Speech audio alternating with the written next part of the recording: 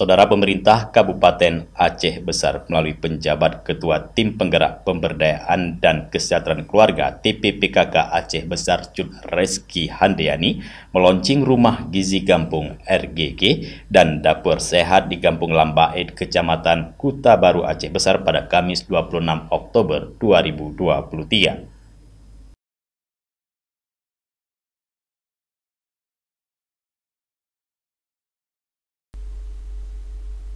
Ketua Tim Penggerak Pemberdayaan dan Kesejahteraan Keluarga TPKK Kabupaten Aceh Besar Cut Reski Handayani menyampaikan agar pemberian makanan tambahan PMT diberikan antara makan siang dan sore hari, karena menurutnya PMT itu kundapan di antara makan siang atau jam makan.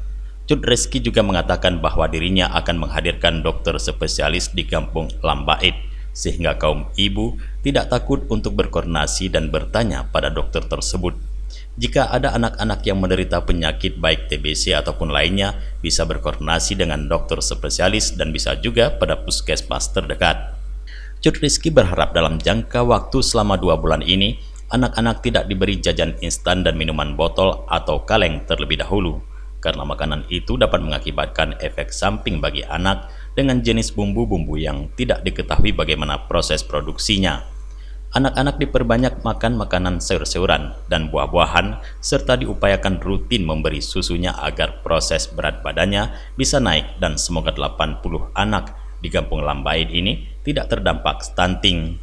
Sementara itu, Sekretaris Kecamatan Kuta Baru Hadiani menyampaikan terima kasih kepada PJ Ketua TPKK Kabupaten Aceh Besar yang telah menyempatkan waktu, telah berhadir di 2 kampung di Kecamatan Kuta Baru untuk meluncing RGG di Kampung Cucum dan Lambaid.